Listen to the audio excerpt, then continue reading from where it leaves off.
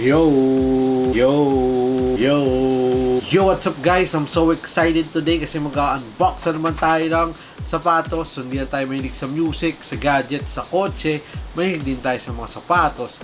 Itong i-unbox natin today guys ay isang basketball shoes. So, nag-unbox na tayo nito dati. And nakuha ko siya on reserve. So, pinikap ko siya. And isa sa mga top basketball shoes. So, ano pa hinihintay natin guys? Tara, tignan natin yung tinutukoy kong sapatos. Let's go! So guys, dito pa lang sa box, malalaman nyo na kung kaninong sapatos to. So nakalagay dito is book, chapter 1, check, swoosh, signature model, tsaka yung signature.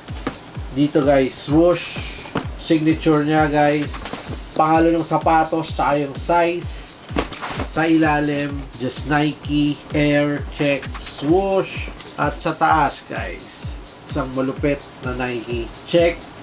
So, parang book, yung kanyang box. Tingnan natin kung ano nasa loob. Let's go! Paper. And yung shoes. Look! Woo-wee!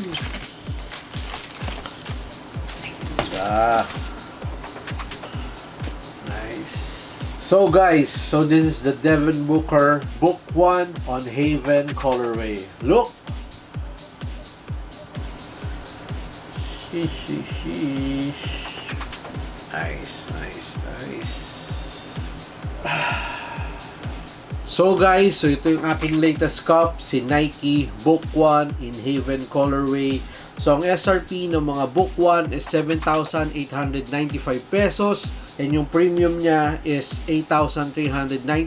So medyo mataas yung SRP para sa akin ng mga Book 1. Pero sabi ko last time sa last unboxing natin ng Book 1 na high colorway is pag nakita ko ng black or kung may chance ako makakuha ng black na Book 1 is ikakap ko siya. So finally got it. So nakuha ko to guys sa Titan. So nagkaroon ng reserve online. So nakareceive ako ng email and agad akong nakakuha ng Book 1. And I think dalawa yung nirelease dati ng Titan. Yung rattlesnake colorway na all white naman. And ito guys, yung Haven colorway. So kung gusto nyo mapanood yung sneaker pickup nitong sapatos na to, andyan lang yung link sa taas at meron din link sa baba. So parang na-sold out to guys nung nirelease siya online. So actually ang bilis, hindi ko na naabutan itong Haven colorway. So buti nagkaroon ng restock. And last time nung nagpunta ako ng mall, nakita ako sa isang Nike store ng Haven colorway. Hindi ko lang alam guys kung ngayon is meron pa. And ang bilis maubos ng mga Book 1 ngayon guys. Actually yung Book 1 na isa, yung rattlesnake na color white is I think maraming nung stock kasi yung parang nakikita ko lagi. So alam nyo naman guys, pag ganitong colorway, all black is insta-cup sa akin. So hindi na ako nagdalawang isip kunin si Haven colorway. Unang tingin, mukha siyang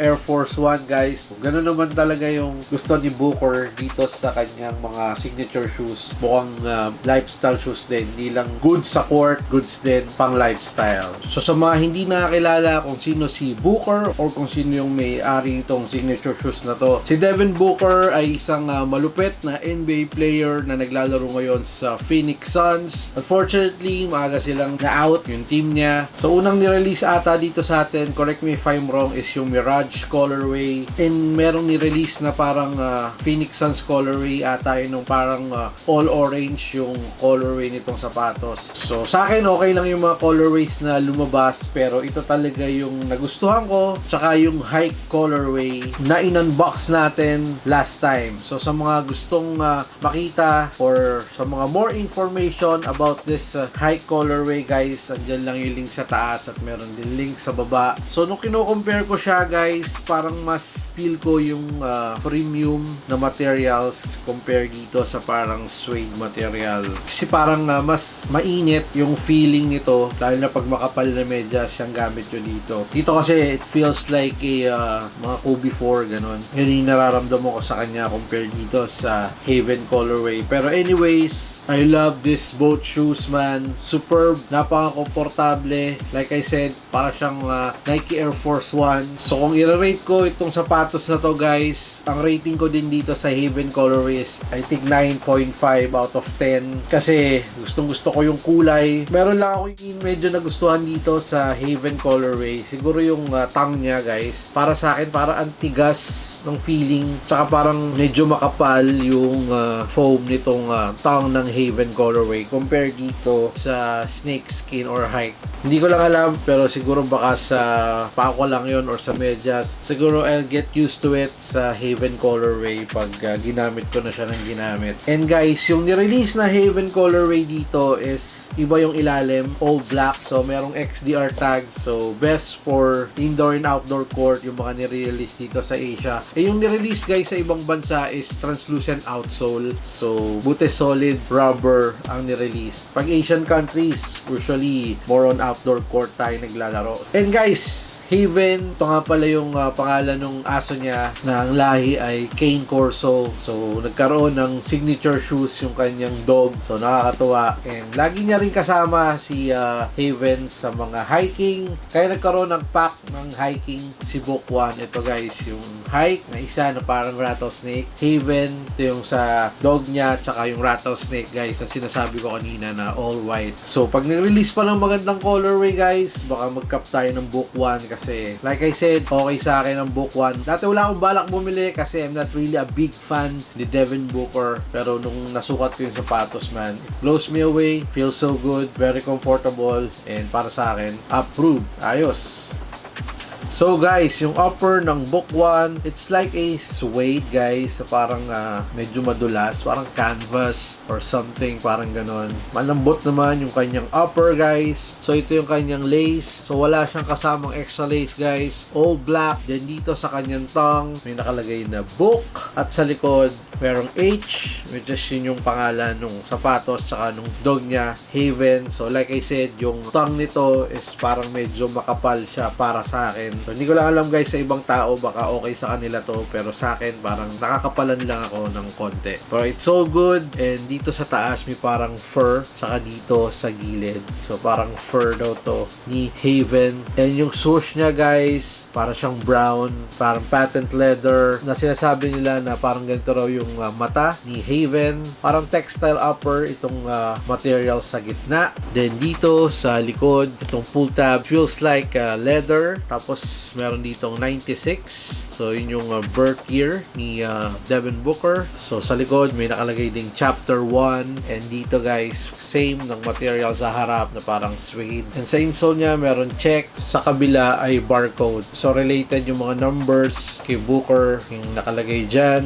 And guys, so ito yung midsole ng Book One. So, it's cushion. Then, merong air zoom unit. Dito sa area na to, which is, yun yung isa sa mga nagustuhan ko. And like I said, ito yung ilalim, herringbone pattern, traction. Like I said, XDR, extra durable rubber, best for dry and wet conditions, indoor and outdoor court friendly. Ayos.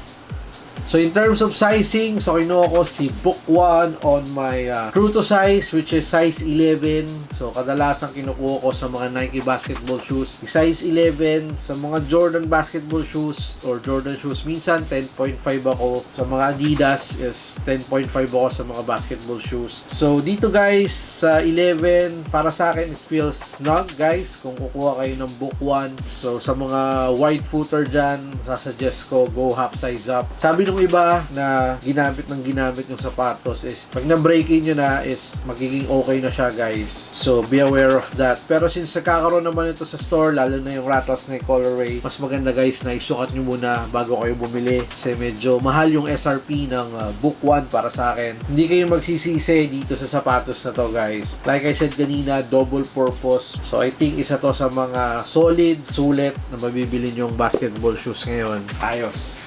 So guys, so maraming salamat sa isang quick look or quick unboxing dito sa ating Nike Book One Haven colorway. Isang solid na shoes mula kay Devin Booker sa swoosh Nike. Sa lahat ng subscribers sa patuloy na nanonood at sumusuport dito sa ating channel, maraming salamat sa inyo, man. Salute!